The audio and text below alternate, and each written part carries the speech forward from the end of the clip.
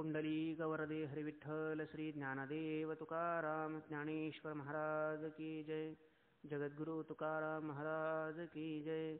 जो आनंद सत्य प्रकाश विभू आणि आधार नामरूपास बुद्धी जाणे न जाणीही त्यास तो अपार शुद्ध परमात्मा मीची असे. माझे अपार स्वरूप समुद्रावरती जणू तरंग ब्रह्मा विष्णू महेश गणपती सूर्य चंद्र वरुण यम मिरविती देवी कुबेर ही तैसेची. जो सर्वज्ञ आणि दया घन म्हणी हृदय ज्याची करीती ध्यान त्याची बुद्धी उपाधी करुण मिथ्या भान मजची माझी होतसे. ज्याचे अज्ञाने भाषे जगत जसा दोरीवरी सर्प दिसत परी दोई ठाई ना सर्प जगत ते स्वतंत्र आणि स्वयं ब्रह्म मीची असे. पुण्यपुरुषी सदैव निष्काम बोध प्राप्ती करणे भजावारा तो मीची आहे आत्मा काम तरी नमन कोणा करावे मिया. सिद्धांत मत आणि अधिकाऱ्याचा संभव विषय असा चाललेला आहे. पूर्वपक्षकार या ठिकाणी शंका उपस्थित करतो की अधिकाऱ्याचा असंभव आहे असं पूर्वपक्षकारांनी म्हटलेलं आहे. त्यांनी असा युक्तिवाद केलेला आहे की अधिकाऱ्याचा असंभव काय आहे. पूर्वपक्षकार प्रतिपादन करतो की तुम्ही मोक्षामध्ये दोन अंश प्रतिपादन केले आहेत. एक अंश आहे कारणच वर्तमान जगत निवृत्ती आणि दुसरा अंश आहे ते म्हणजे ब्रह्मप्राप्ती. त्यापैकी पूर्वपक्षकार म्हणतो की ग्रंथाचा अधिकारीच ठरू शकत नाही, कारणच वर्तमान जगत निवृत्तीची आणि ब्रह्मप्राप्तीची इच्छा यावत कोण्याही प्राणीमात्राला नाही. मग दुःखाच्या निवृत्तीची इच्छा नाही का? त्यांना इच्छा आहे, त्यांना दुःख होत नाहीत का? त्यांना दुःखही होतात. दुःखाच्या निवृत्तीची इच्छाही पण आहे, पण त्यांच्याकडे भौतिक साधनं त्या दुःखाच्या निवृत्तीचे असल्यामुळे त्या ठिकाणी कारणच वर्तमान जगत निवृत्ती आणि ब्रह्मप्राप्ती व्हावी अशी मात्र कोणीही इच्छा करीत नाही. एकंदरीत या द्वितीय तरंगामध्ये त्याने याच्यावर संपूर्ण जगातील जेवढे काही दुःख आहेत त्या दुःखांचा समावेश 3 दुःखामध्ये केलेला आहे. एक आध्यात्मिक, 2 नंबरला आधी भौतिक आणि 3 नंबरला आधी दैविक. आध्यात्मिक दुःख म्हणजे स्वशरीर आत्मानम अधिकृत्य शरीरांतर्गत होणारं जेवढं काही म्हणून काही दुःख आहे त्या दुःखाला शास्त्रकारांनी आध्यात्मिक दुःख असं म्हटलेलं आहे. स्थूल शरीर असो अगर सूक्ष्म शरीर असो. स्थूल शरीराला रोग होतो ते दुःखच आहे. सूक्ष्म शरीराचे धर्म आहेत तहान सुधा तृषा, म्हणजे सूक्ष्म आणि स्थूल शरीराला होणारे जेवढे म्हणून काही दुःख आहेत ते दुःख, त्या दुःखांचा समावेश आध्यात्मिक दुःखामध्ये शास्त्रकारांनी केलेला आहे. पुढे आधी भौतिक दुःख, चोर व्याघ्र सर्पादिकापासून होणारं जेवढं म्हणून काही दुःख आहे त्याला आध्यात्मिक आपलं आधी भौतिक दुःख म्हणतात. आणि आधी दैविक दुःख म्हणजे भूत यक्ष राक्षस पिशाच अंजलिकापासून होणारं जे काही दुःख आहे त्या दुःखाला शास्त्रकारांनी आधी दैविक दुःख अशा प्रकारचं म्हटलेलं आहे. म्हणजे जगतामध्ये जेवढे म्हणून काही दुःख होतात त्या दुःखांचा समावेश शास्त्रकारांनी या 3 दुःखामध्ये केलेला आहे. आणि पूर्वपक्षकार म्हणतो की आध्यात्मिक दुःख असो, आधी भौतिक दुःख असो, आधी दैविक दुःख असो, त्या दुःख निवृत्तीचे साधनं आमच्याकडे उपलब्ध आहेत. शरीराला जर म्हणून दुःख होत असेल तर आम्ही डॉक्टरांकडे जाऊन ट्रीटमेंट करून बरे होणार. चोर व्याघ्रादिकापासून आम्हाला दुःख होत असेल तर आम्ही शस्त्रादिकांचा सहाय्य घेणार आणि ती दुःख आम्ही निवृत्त करणार. त्यानंतर आधी दैविक दुःख असेल, यक्ष राक्षस पिशाच यांच्यापासून जर आम्हाला दुःख होत असेल तर आम्ही काय करणार? मंत्रतंत्रादिकांची उपासना करणार आणि ते दुःख निवृत्त करणार. दुःख निवृत्तीचे आमच्याकडे हयात साधनं उपलब्ध आहेत. त्यामुळे तुम्ही सांगितलेला जो अधिकारी आहे आणि मोक्ष आहे, की अधिकारी सांगत असताना तुम्ही सांगितलं की या जन्मी पूर्वजन्मी निष्काम कर्म उपासना करून मग 2 दोष निवृत्त केले असून साधन चतुष्टय संपन्न आहे असा जो अधिकारी तुम्ही प्रतिपादन केला तो अधिकारी त्या ठिकाणी संभवू शकत नाही. कारण मुलासह वर्तमान जगन निवृत्तीची कोण्याही पुरुषाला काही नाही इच्छा नाही. असं कधी घडलं का की एखादा आजारी व्यक्ती आहे आणि तो आजारी व्यक्ती एखाद्या महाराजांकडे गेला आणि महाराजांना विचारतो तद्विधी प्रणिपातेन परी प्रश्नेन सेवया. महाराजांनी विचारलं, अरे कशा करता तू नमस्कार करतो? त्याने सांगितलं, हो मला फार मोठा आजार झालेला आहे आणि माझा तो आजार काय करा तुम्ही बरा करा. म्हटलं बरा करणार, पण तो आजार दुरुस्त करण्याकरता डॉक्टरांकडे जायला पाहिजे. नाही ते नाही म्हणला. तसं नाही, शास्त्रांनी सांगितलेलं आहे की आत्यंतिक दुःखाची निवृत्ती आणि परमानंदाची प्राप्ती झाली म्हणजे आजार बरा होत असतो. असं कोणी म्हणण्याकरता आलं का आतापर्यंत? असं कधीही घडलेलं नाही.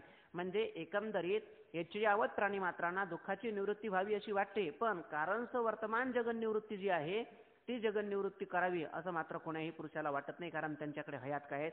साधनं उपलब्ध आहेत. म्हणून हा जो पहिला पॉईंट आहे मोक्षाच्या अंशामधला, जगन निवृत्ती कारणासह वर्तमान जगन निवृत्तीची कोणाही पुरुषाला इच्छा नाही. दुःख निवृत्तीची इच्छा आहे, पण दुःख निवृत्त व्हावे असं वाटते, पण त्यांना होणारं जे दुःख आहे त्यांच्याकडे ते साधन उपलब्ध आहे, त्यामुळे त्यांना कारणासह वर्तमान जगनिवृत्तीची काही इच्छा होत नाही. त्यानंतर दुसरा पॉईंट सांगितला की ब्रह्मप्राप्तीरूप जो दुसरा अंश आहे त्या दुसऱ्या अंशाची कोणाही पुरुषाला गरज नाही. कारण का, तो पूर्व पक्ष असा म्हणतो की एखादा पदार्थ मनुष्याला जर ज्ञात असेल तर ज्ञात पदार्थाच्या प्राप्तीची इच्छा मनुष्याला होऊ शकते, पण पदार्थ जर अज्ञात असेल तर त्या अज्ञात पदार्थाची मनुष्याला इच्छा होईल कशी. अमेरिकेमध्ये 500 रुपये किलोचा श्रीखंड आहे म्हणतात, आपण कधी बघितला का? बघितला नाही. आपल्याला ते खाण्याची इच्छा होईल का? होणार नाही. म्हणजे जो पदार्थ अज्ञात आहे त्या पदार्थाची इच्छा मनुष्याच्या अंतःकरणामध्ये होणे कधीही शक्य नाही असा पूर्व पक्षकार म्हणतो. आणि बरं, ज्याला मोक्ष तुमच्या मतामध्ये मुक्त आहे, एक तुमच्या मतामध्ये मुक्त आहे की ज्याला ब्रह्माचं ज्ञान झालेलं आहे, त्याला ब्रह्मप्राप्तीची काही नाही, इच्छा नाही. म्हणजे इच्छा असणाऱ्यास आणि इच्छा नसणाऱ्यास ब्रह्मप्राप्तीची काही नाही, आवश्यकताच नाही. म्हणून द्वितीय अंश जो आहे तुमचा मोक्षामधला ब्रह्मप्राप्ती, त्या ब्रह्मप्राप्तीची सुद्धा मनुष्याला काही नाही, इच्छा नाही. एकंदरीत तुमच्या ग्रंथाचा अधिकारी संभवू शकत नाही. म्हणून ग्रंथ काय हा निष्फळ आहे असा पूर्व पक्षकारांनी युक्तिवाद केला होता. त्यावर सिद्धांत पक्षकारांनी काल आपण बघितलं, थोडं उत्तर सुद्धा दिलेलं आहे. सिद्धांती म्हणतात, वेदांती म्हणतात की अधिकाराचा काय आहे, संभव आहे. कारण का अधिकाराचा संभव आहे? ते म्हणतात की त्या पुरुषाला दुःखाची निवृत्ती व्हावी अशी वाटते. ते दुःखाची निवृत्ती कायमची व्हावी वाटते का तात्पुरती व्हावीशी वाटते? कधीतरी त्याच्या मनामध्ये असा संकल्प येतो का की मला दुःख आज माझं निवृत्त व्हावं आणि उद्या थोडंसं आलं तरी चालेल का? असंच तो म्हणतो, मज लागी दुःख व्हावे ऐसे कोणी भाविना जीवे. मला दुःख व्हावं असं कोण्याही पुरुषाला कधीही आणि कोण्याही काळी वाटत नाही. याचा अर्थच असा आहे, सिद्धांती म्हणतात की त्या पुरुषाला वाटतं की मला दुःख कधीच यायला नको. याचा अर्थ त्याला असं वाटतं की कारणचं वर्तमान जगन निवृत्तीच झाली पाहिजे अशीच त्याची हार्दिक काय आहे, इच्छा आहे. म्हणून ग्रंथाचा अधिकारी असणे काय संभवनीय आहे. पुढे त्यांनी सांगितलं की पण जे अज्ञान आहे ते उपादान करण्याचा नाश झाला म्हणजे काय होतो, कार्याचा नाश होतो. उपादान कारण म्हणजे काय, अज्ञान जे आहे त्या अज्ञानाचा नाश झाला म्हणजे कार्याचा काय होतो, आपोआपच नाश होतो. अशी प्रक्रिया या ठिकाणी शास्त्रकारांनी प्रतिपादन केली. मग दुःखाचं उपादान कारण कोण आहे? शास्त्रकारांनी प्रतिपादन केलं की दुःखाचं उपादान कारण आहे शरीर, आणि त्या शरीरादी दुःखांना उपादान कारण या नियमाने सर्व शरीरादी दुःखांना उपादान कारण जे आत्मस्वरूपाचं अज्ञान, दुःखाला उपादान कारण आहे. या सर्व नियमाने सर्व शरीरादी दुःखांना उपादान कारण जे आत्मस्वरूपाचं अज्ञान. शरीराला दुःख होतं, पण का होतं तर आत्मस्वरूपाच्या अज्ञानामुळे शरीराला दुःख होते. याची परंपरा मला वाटते या सरंगामध्ये पुढे प्रतिपादन केले आहे. शरीराला कारण धर्माधर्म, धर्माला कारण अनुकूल प्रतिकूल ज्ञान, भेद ज्ञान, आणि पुढे आत्मस्वरूपाचे अज्ञान, असं पुढे ग्रंथकारांनी या ठिकाणी सांगितलेलं आहे. समोरच पुढच्या पॉईंट्समध्ये येणार आहे. म्हणजे आत्मस्वरूपाचं अज्ञान. पण आता आत्मस्वरूपाचं अज्ञान आहे ते अज्ञान निवृत्त करण्याकरता काय साधन आहे? कर्म केल्यानंतर अज्ञान निवृत्त होईल का? उपासना केल्यानंतर अज्ञान निवृत्त होईल का? योगा केल्यानंतर अज्ञान निवृत्त होईल? अज्ञान निवृत्तीचं नियत साधनत्व कशाला आहे? शास्त्रकारांनी हात वर करून सांगितलं, वेदांत शास्त्रेषु इति वेदांतेषु दिंडिमा. वेदांतांनी दिंडिमा पेटून सांगितलं की ज्ञानानेच काय होतो, अज्ञानाची निवृत्ती होते किंवा ज्ञानाने मोक्ष प्राप्त होतो. ज्ञाने विन एके, ज्ञानेश्वर महाराजांनी मला वाटते 15 अध्यायामध्ये हा संदर्भ दिलेला आहे. ज्ञाने विन एके उपाय करीसी जितुके, ते तुका गुंतीशी अधिके रुखिये. ज्ञानाच्या व्यतिरिक्त जर मनुष्याने जीवनामध्ये अन्य साधन करण्याचा प्रयत्न केला तर ते साधनापासून त्याच्या ज्ञानाची निवृत्ती तर होणारच नाही, पण ते अधिक गुरफडल्याशिवाय त्या संसारामध्ये राहणार नाही. म्हणजे काय, पुनरपी जननम पुनरपी मरणम पुनरपी जननी जठरे शयनम य संसारे खलु दुस्तारे कृपया पारे पाहि मुरारे. अगा उपजणे आणि निमणे हे साचती जे का मानणे, तया जीवलोकू मिवणे संसारोहण. अशी जन्ममरणाची परंपरा त्या पुरुषाला प्राप्त झाल्याशिवाय राहणार नाही. याचा अर्थ अज्ञानाच्या निवृत्तीचं नियत साधनत्व शास्त्रकारांनी प्रतिपादन केलं आहे, ते म्हणजे ज्ञानाला. आणि ज्ञानाव्यतिरिक्त स्वतंत्र बुद्धीच्या द्वारा कितीही व्यक्ती खोल विचार, गंभीर विचार करत असेल तरी सुद्धा अज्ञानाची निवृत्ती होणार नाही. निवृत्ती झाली असं त्याला वाटेल, पण निवृत्ती मात्र होणार नाही.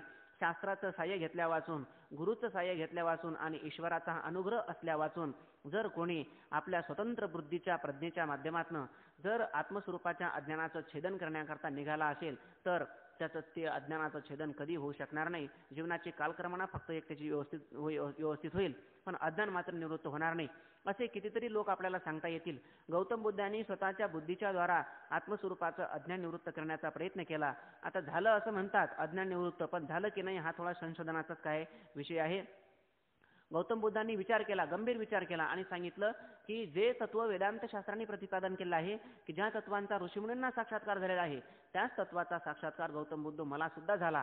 आता ज्या अर्थी ते झाला म्हणतात हा थोडा चिंतनाचाच विषय आहे. पुन्हा सॉक्रेटिस नावाचा तत्वज्ञ आहे.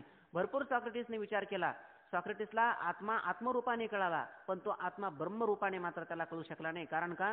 गुरूंचं, शास्त्राचं आणि ईश्वराचं साह्य नसल्यामुळे आत्मा ब्रह्म आहे हे मात्र त्याला कळालेलं नाही. आत्म्याचा अमरत्वाचा सिद्धांत सॉक्रेटिसला समजला. नैनम छिंदंती शस्त्र आणि नैनम दहती पावकः. ज्यावेळेला जल्लाद त्याला सॉक्रेटिसला विष देतात त्यावेळेला त्या विष देणाऱ्यांचे हात थरथर कापतात. त्यावेळेला सॉक्रेटिस त्या जल्लदाला विचारतो, ह्या हात असे थरथर का कापतात? त्यावेळेला तो जल्लद सांगतो की अहो तुमच्यासारखा एक महान तत्ववेत्ता. सॉक्रेटिसची अशी एक कहाणी आहे की सॉक्रेटिसचा सत्कार त्या ग्रीक देशाने सॉक्रेटिसचा सत्कार ठेवला त्या राजांनी. त्यावेळेला एक हॉल सॉक्रेटिसला सत्कारासाठी पुरणार नव्हता म्हणून त्यांनी वाळवंटामध्ये सत्कार ठेवला आणि त्या सत्काराचं उत्तर सॉक्रेटिसला द्यायला लावलं. मला सांगायचं आहे की इतका महान तत्वज्ञ होता सॉक्रेटिस की ज्याला आत्म्याच्या अमरत्वाचा सिद्धांत समजला होता. आणि त्यावेळेला त्या सत्काराचं उत्तर सॉक्रेटिसला ज्यावेळेला त्या सरकारने द्यायला लावलं त्यावेळेला त्यांनी असं उत्तर दिलं की माझे तुम्ही सत्कार करत आहात कशा करता, तर मी फार मोठा एक तत्वज्ञ आहे म्हणून हे असं तो म्हणत नाही, पण एक त्याचं कल्पना सांगतो की तो म्हणतो की सत्कार करता माझा तुम्ही कशा करता, तर मी एक फार मोठा तत्वज्ञ आहे त्या अर्थानेच तुम्ही माझा सत्कार करत आहात. त्यानंतर तो त्याचं उत्तर देतो सत्काराचं की मला आतापर्यंत असं समजलं की मला काहीच समजलं नाही हे मला समजलं, असं सॉक्रेटिसने दिलेलं उत्तर आहे. अर्थात ते इंग्लिशमध्ये आहे, त्याचं मी मराठीमध्ये सांगितलं. म्हणजे सॉक्रेटिस सारखा महान तत्वज्ञ जरी असला तरी सुद्धा हा गुरु, शास्त्र आणि यांचा आधार जर ज्ञान यांचा आधार जर मनुष्याला नसेल तर आत्मा ब्रह्मरूप आहे हे मात्र कळू शकत नाही. आपले वारकरी संप्रदायातील उदाहरण आहे. चांगदेव महाराजांनी 1400 वेळेला काळाला परत पाठवलं, पण ब्रह्मज्ञान झाल्याशिवाय चांगदेव महाराजांना सुद्धा केवल समाधी ज्याला म्हणतात की ज्याला ज्ञानरूप समाधी, ती समाधी मात्र त्यांना लाभलेली नाही. ज्ञानेश्वर महाराजांनी, चांगदेव महाराजांनी ज्यावेळेला ज्ञानोबरायांना पत्र पाठवलं त्यावेळेला तीर्थ स्वरूप लिहावं का तीर्थरूप लिहावं या गोंधळामध्ये ज्यावेळेला ते पडलेत आणि त्यांनी कोरा कागद आपल्या शिष्याकडे पाठवला. ज्ञानेश्वर महाराजांकडे ज्यावेळेला तो कागद आला त्यावेळेला ज्ञानेश्वर महाराजांनी बघितलं हा कागद तर कोरा आहे. ज्ञानेश्वर महाराजांनी त्यावर 65 ओव्या लिहिल्या. तो ग्रंथ म्हणजे चांगदेव 65 आणि त्यामध्ये ज्ञानेश्वर महाराजांनी पहिल्या शब्दामध्ये अयम आत्मा ब्रह्म या महावाक्याचा उपदेश करून चांगदेवाला मुक्त केलं. स्वस्ती श्री वटेशु लपवणी जगदा भासू दावी मग ग्रासू प्रगटला करी लपे तव तव दिसे लपे तव तव न दिसे दिसे तव तव आभासे प्रगटे ना लपाला दिसे न खोमता जो, असं ज्ञानेश्वर महाराजांनी चांगदेव 65 मध्ये चांगदेव महाराजांना उपदेश केला आणि चांगदेव महाराज मुक्त झाले. अर्थात तात्पर्य आहे की अज्ञानाच्या निवृत्तीचं नियत साधनत्व कशाला आहे, तर अज्ञानाच्या निवृत्तीचं नियत साधनत्व आहे ते म्हणजे ज्ञानाला. ज्ञान जे ज्याच्या अज्ञानानं भासत असतं ते त्याच्याच ज्ञानाने निवृत्त होत असतं, अशी वेदांत शास्त्राची एक प्रक्रिया आहे. हा सिद्धांत आहे. अज्ञानामुळे जर जगत भासत असेल तर अज्ञानाच्या निवृत्ती वाचून त्या जगताची निवृत्ती कधीही होणार नाही. त्याची निवृत्ती करण्याचं नियत साधनत्व कशाला असेल तर ते ज्ञानाला आहे. आणि असं एक बृहदारण्यक उपनिषदामध्ये 7व्या प्रपाठकामधली या ठिकाणी कथा विचारसागर ग्रंथकारांनी या ग्रंथामध्ये प्रतिपादन केली. नारद महर्षी जे आहे ते 14 विद्या 64 कलांनी युक्त होते, पण तरी सुद्धा त्यांचा शोक, त्यांचं दुःख मात्र गेलेलं नाही. त्यावेळेला सनत कुमार म्हणजे जे सदैव 5 वर्षाचे असतात, श्री सनंदम सनातनम सनत कुमारंच सनत सुयातम असे त्या चौघांचे नाव आहेत.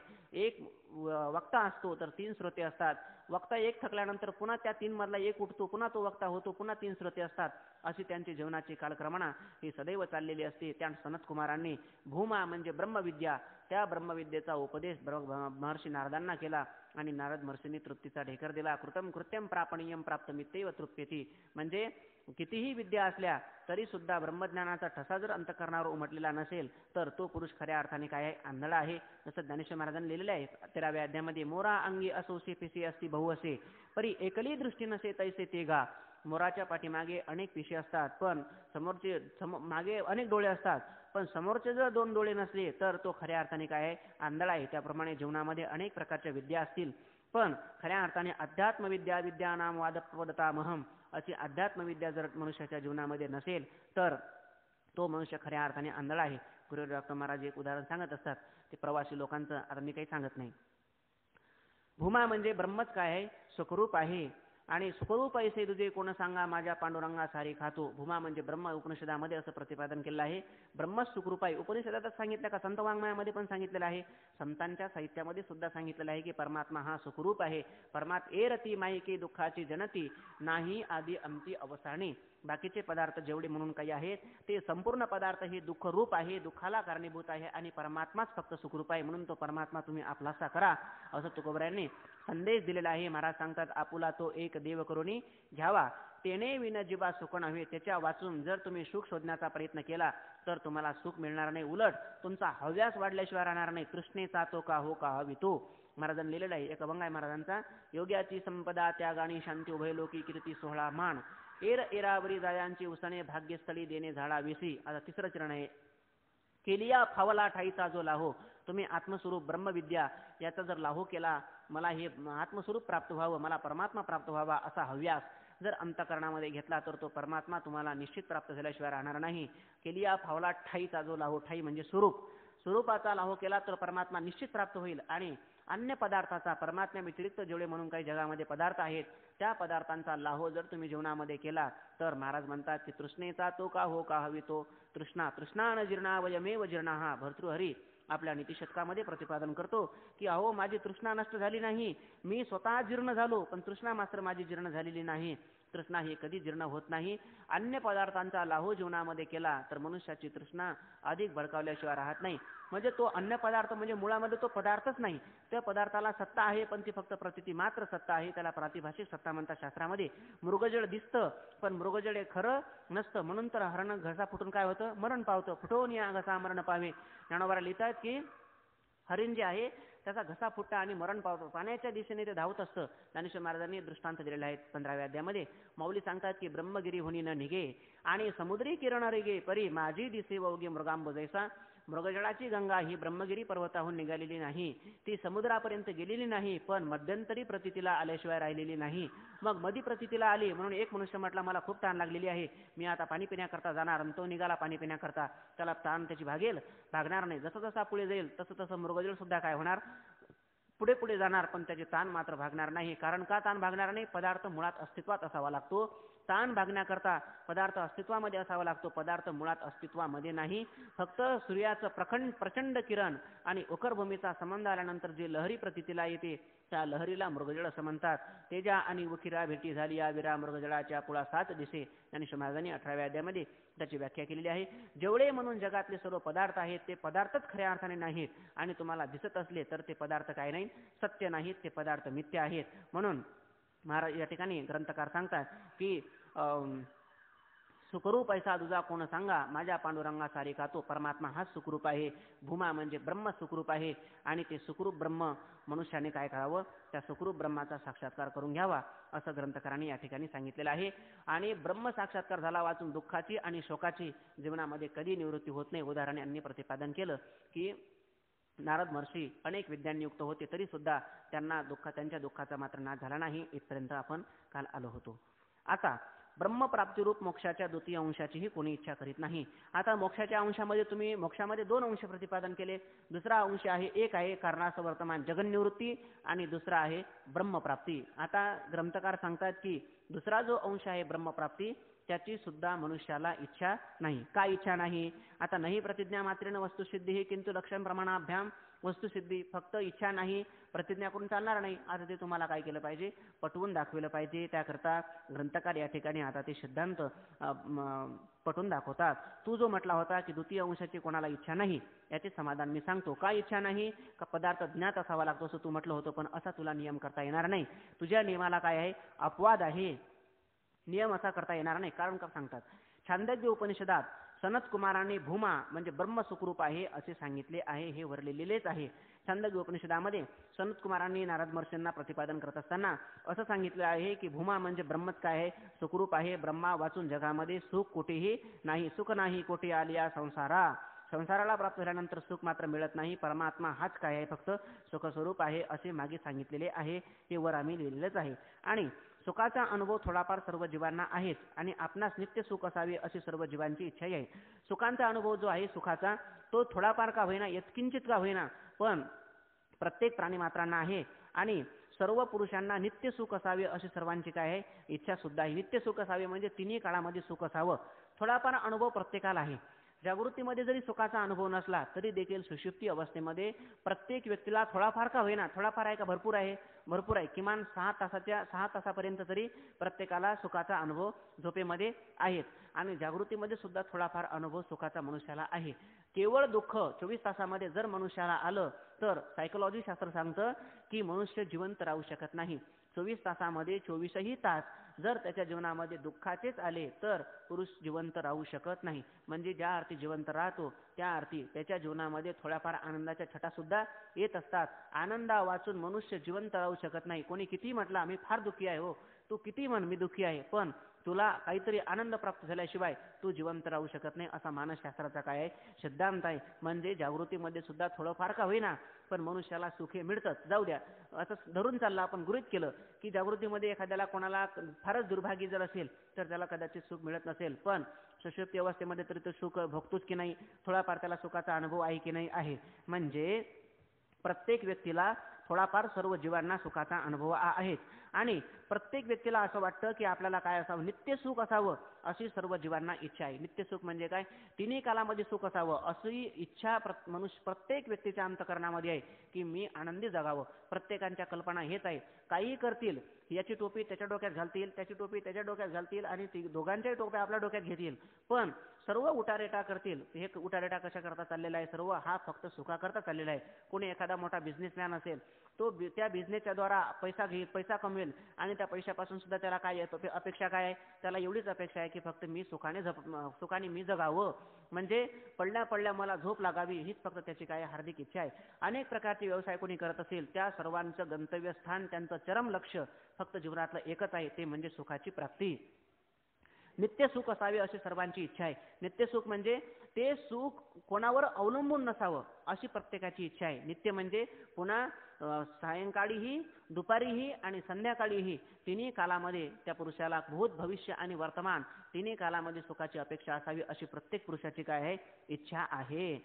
याचाच अर्थ सर्व विचारी पुरुषांना ब्रह्मप्राप्तीची इच्छा आहे असा होतो. याचा अर्थ काय आहे, सर्व इथे एक पद वापरलेलं आहे त्यांनी, सर्व विचारी पुरुषांना तिन्ही कालामध्ये मला सुख प्राप्त व्हावं अशी इच्छा सुद्धा कोणाच्या अंतःकरणामध्ये निर्माण होते, त्याला सुद्धा विचारी पुरुष लागतो. अविचारी जे पुरुष आहेत किंवा अमुक धक्क्या जे विचार करतात त्या पुरुषांना सुद्धा ही कल्पना त्यांच्या अंतःकरणामध्ये येणार नाही.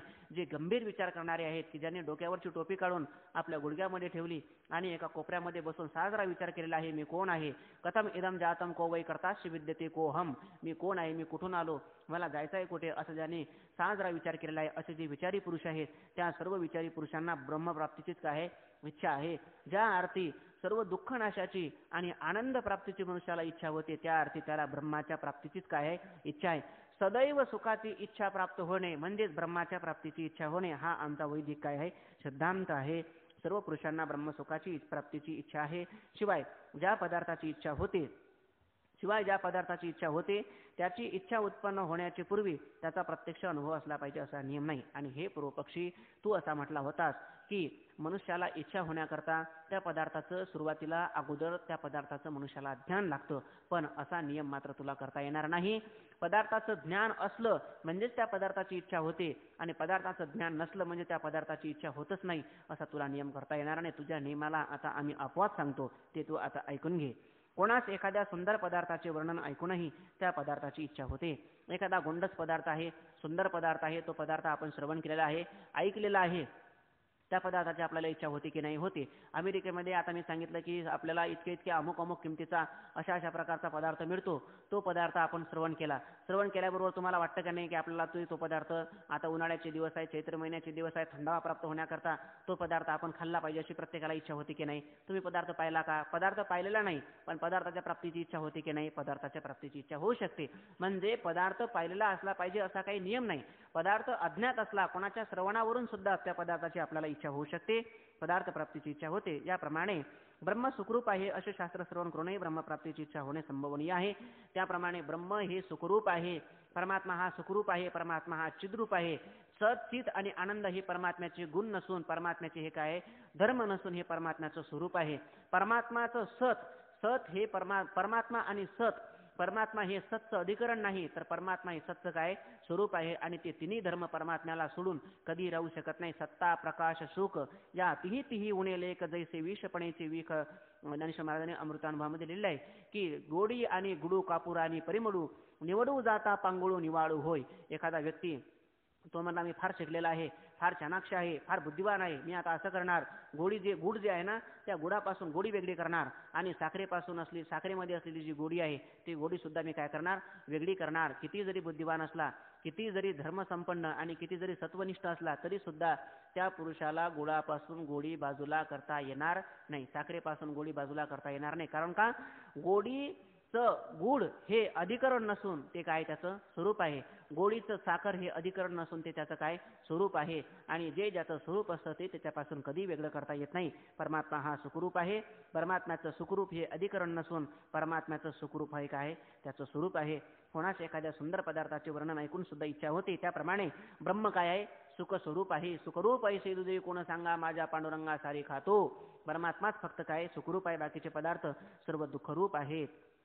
ब्रह्म सुखरूप आहे असे शास्त्र श्रवण करूनही ब्रह्मप्राप्तीची इच्छा होणे संभवनीय आहे.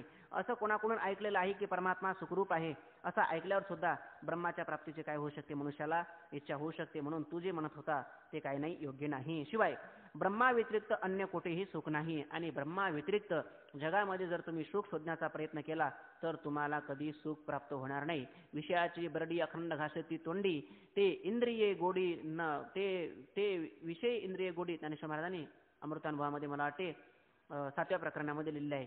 विषयाची बरडी अखंड घासती तोंडी. हे जे इंद्रिय आहेत हे इंद्रिय विषयाकडे आनंद प्राप्त करण्याकरता जात असतात, पण ज्ञानेश्वर महाराज म्हणतात त्यांना तो आनंद मात्र कधी प्राप्त होणार नाही. कारण का त्या विषयामध्ये आनंदच नाही. मुळामध्ये ते विषय आनंद प्राप्त करून देईल कसे. परमात्माच फक्त काय आहे आनंद स्वरूप आहे. सुख नाही कोठे आलिया संसारा. मग सांगितलेलंच आहे सुख म्हणजे ब्रह्म असा शास्त्र सिद्धांत आहे. ब्रह्म म्हणजे सुख आणि सुख म्हणजेच ब्रह्म असा काय शास्त्राचा सिद्धांत आहे. आणि प्रत्येक जीवास किंचित का होईना पण सुखाचा प्रत्यक्ष अनुभवही आहे. आणि प्रत्येक प्राणी मात्र प्रत्येक जीवास, जीव म्हणजे फक्त मनुष्य नाही घ्यायचं, तर प्रत्येक प्राणी मात्र यावत जेवढे म्हणून काही प्राणी मात्र आहे, जेवढे सजीव आहेत त्या सर्वांना सुखाचा काही प्रात्यक्षिक अनुभव आहे. मी सांगितलं काहींना जागृतीमध्ये आहे, सर्वांना जागृतीमध्ये आहे. आणि जर त्याचा अनुभव जागृतीमध्ये नसेल, सुख प्रत्येकाला जागृतीमध्ये होतं, पण सुख जागृतीमध्ये होतं हेही ज्याला भान नाही, इतका जो बुद्धिवान आहे त्याला तर निद्रेमध्ये झोपेमध्ये सुख निश्चित असणारच. म्हणजे ब्रह्माचा प्रत्यक्ष अनुभव आहे, सुखाचा यत्किंचित का होईना अनुभव आहे. सुख म्हणजेच काय ब्रह्म आहे, म्हणजे ब्रह्माचा प्रत्यक्ष काय सर्वांना अनुभव आहेच. असे अंशतः अनुभूत असलेले ब्रह्मसुख त्याचे प्राप्तीची इच्छा होणे काय आहे संभवनीय आहे. आणि प्रत्येकाला या सुखाचा अनुभव असल्यामुळे त्या सुखाची इच्छा प्राप्त होणे मनुष्याच्या अंतःकरणामध्ये काय आहे संभवनीय आहे. म्हणजे दोन प्रकारच्या मुद्द्यांनी पूर्वपक्षकाराचं खंडन केलं आहे. पूर्वपक्ष जो म्हटला होता की पदार्थ ज्ञात पाहिजे, पदार्थ ज्ञात असण्याची गरज नाही, शास्त्र श्रवण करून सुद्धा मनुष्याला ब्रह्मप्राप्तीची इच्छा होते, किंवा एक पॉईंट आणि दुसरा पॉईंट म्हणजे प्रत्येक व्यक्तीला थोडाफार का होईना जागृती सुषुप्तीमध्ये प्रत्येकाला सुखाचा काय अनुभव आहे, त्यामुळे प्रत्येकाला सुख प्राप्तीची इच्छा होऊ शकते. असं दोन मुद्द्यांनी त्या पूर्व पक्षकारांचं खंडन सिद्धांत पक्षकारांनी या ठिकाणी केलेलं आहे. आता यावर कोणी असे म्हणेल की विषय सुख हे जर तुमच्या मते ब्रह्मसुखच आहे तर पुष्कळ विषय संपादन करून नित्य ब्रह्मसुखाचा अनुभव घेणे हाच मोक्ष होईल. आता या ठिकाणी वेदांत शास्त्रकार अभ्युपेत्य परिहार करतात. अभ्युपेत्य परिहार म्हणजे काय, आपणच शंका निर्माण करायची आणि आपणच त्या शंकेचं काय करायचं उत्तर द्यायचं. वेदांत शास्त्रकार या ठिकाणी वेदांताचा परिहार वेदांती या ठिकाणी देतात. यावर कोणी असे म्हणेल की वेदांती म्हणतात की यावर जर कोणी कदाचित असं डोकं वर करेल काय विषय सुख हे जर तुमच्या मतामध्ये काय आहे ब्रह्मसुखच आहे, पंचदशीमध्ये तर विषय सुख हे ब्रह्मसुख आहे, याच्याकरता एक स्वतंत्र प्रकरण लिहिलेलं आहे. मग वेदांती म्हणतात की कोणी असं म्हणेल की विषय सुख जर तुमच्या मतामध्ये काय आहे ब्रह्मसुखच आहे, तर आम्ही काय करणार पुष्कळ विषय संपादन करून नित्य काय करणार विषयाचा भोग घेणार आणि विषयापासून मिळणारा आनंद तुमच्या मतामध्ये काय ब्रह्मानंदच आहे. मग पुष्कळ विषय संपादन करून ब्रह्मानंदाचा काय करावा मनुष्याने अनुभव घेणे, आणि यालाच काय म्हणता येईल तुम्हाला मोक्ष म्हणता येईल. म्हणजे आनंदाचा अनुभव घेणे हे जर तुमच्यामध्ये मोक्षाचं स्वरूप असेल तर विषयापासून आम्ही पुष्कळ आनंद घेऊ, म्हणजेच काय होणार आम्हाला मोक्ष होणार. पण आणि परंतु म्हटलं की मागच्यावर सर्व काय फिरतं पाणी फिरतं, असं आपण बऱ्याच वेळेला महाराजांनी सांगितलेलं आहे.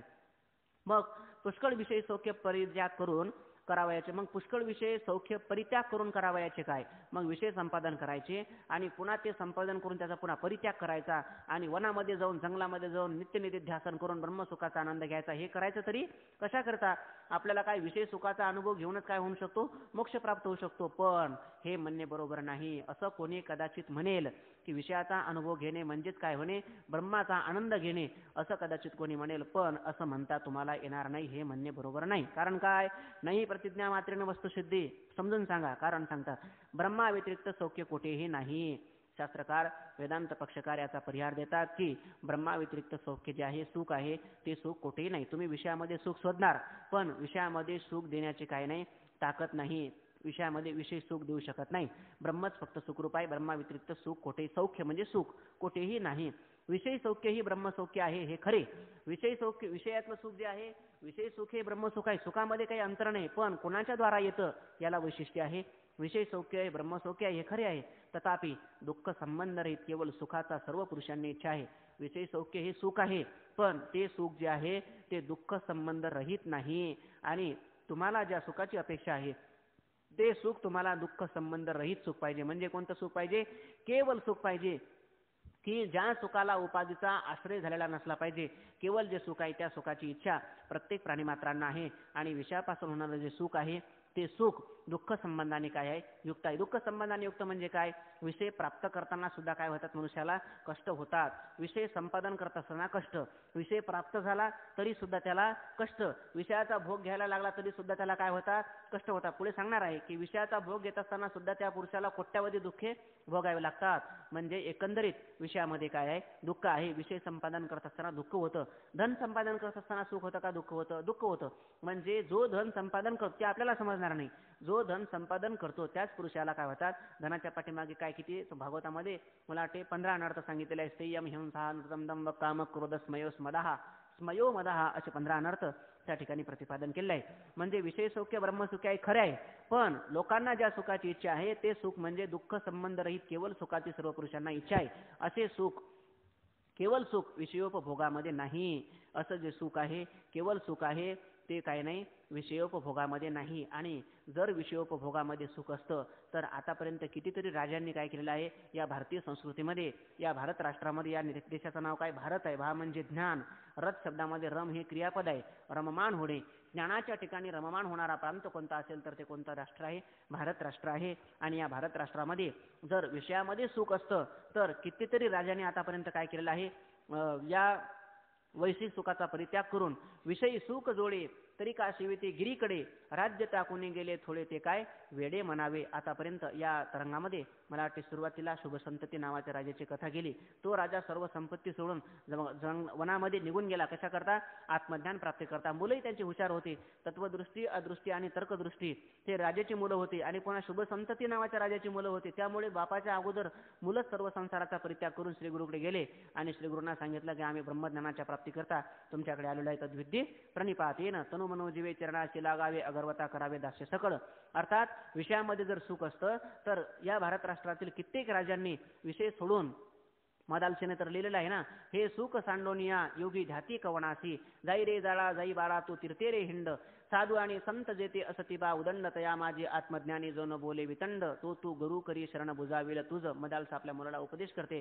म्हणजे अर्थात विषय सुख सोडून कितीतरी राजे आतापर्यंत जंगलामध्ये गेलेत. याचा अर्थ विषयामध्ये काय नाही, विषयामध्ये सुख देण्याची काय नाही, ताकद नाही.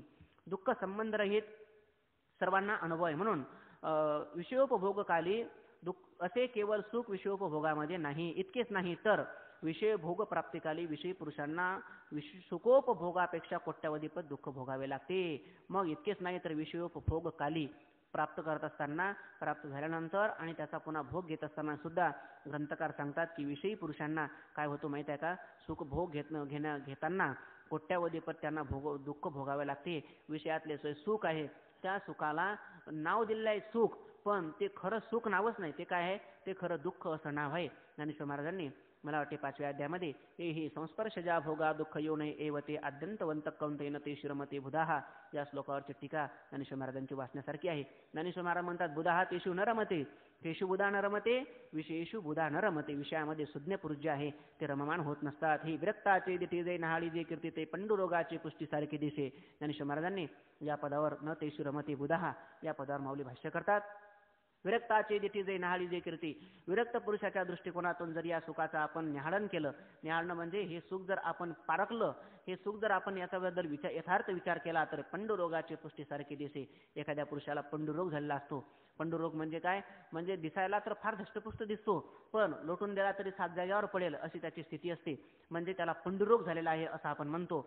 दिसायला चांगला दिसतं पण असायला मात्र काय असतं, खराब असतं. त्याप्रमाणे हे विषयातले जे सुख आहे, ज्ञानेश्वर महाराज म्हणतात याला एक आम्ही, हे खरं अमंगळ आहे पण याला मंगळ असं आम्ही नाव दिलेलं आहे. ना तरी भौमा नाम मंगळू रोहिणी ते मनती जळू तैसा सुख प्रवादू बरोडू वैशिकू.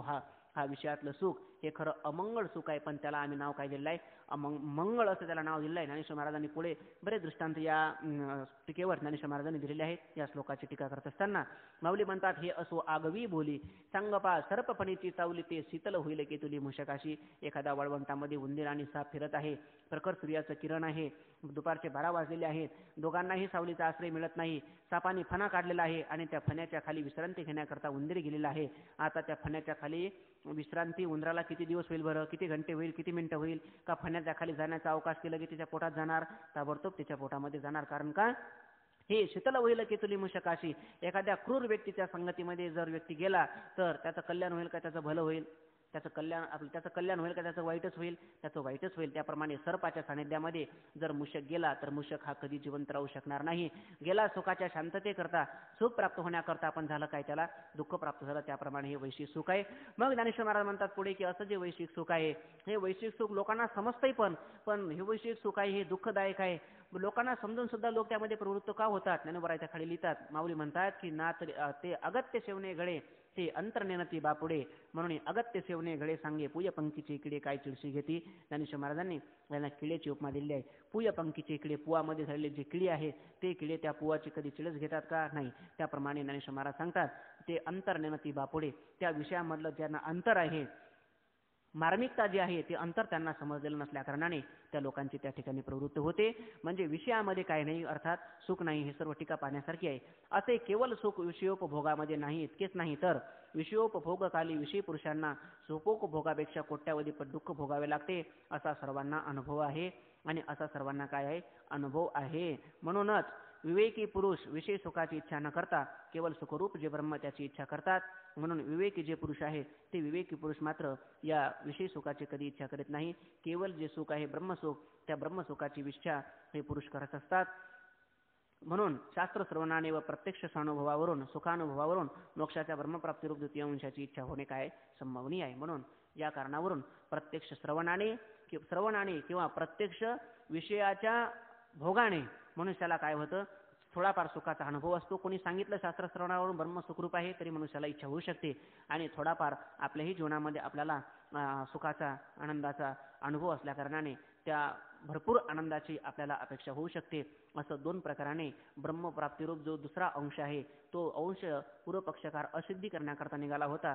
त्या असिद्धीची सिद्धी या वेदांत पक्षकारांनी, सिद्धांत पक्षकारांनी या ठिकाणी केली. आणि द्वितीय अंशाची इच्छा होणे संभवनीय आहे. आणि मोक्षामध्ये असलेला जो दुसरा अंश आहे ब्रह्मप्राप्तिरूप, त्या अंशाची सुद्धा मनुष्याला इच्छा होऊ शकते असं वर्णन ग्रंथकारांनी या ठिकाणी केलेलं आहे. राहिलेलं उद्या पाहू. पुंडलीक वरदे हरिविठ्ठल श्री ज्ञानदेव तुकाराम ज्ञानेश्वर महाराज की जय. जगद्गुरु तुकाराम महाराज की जय. सद्गुरु जोग महाराज की जय.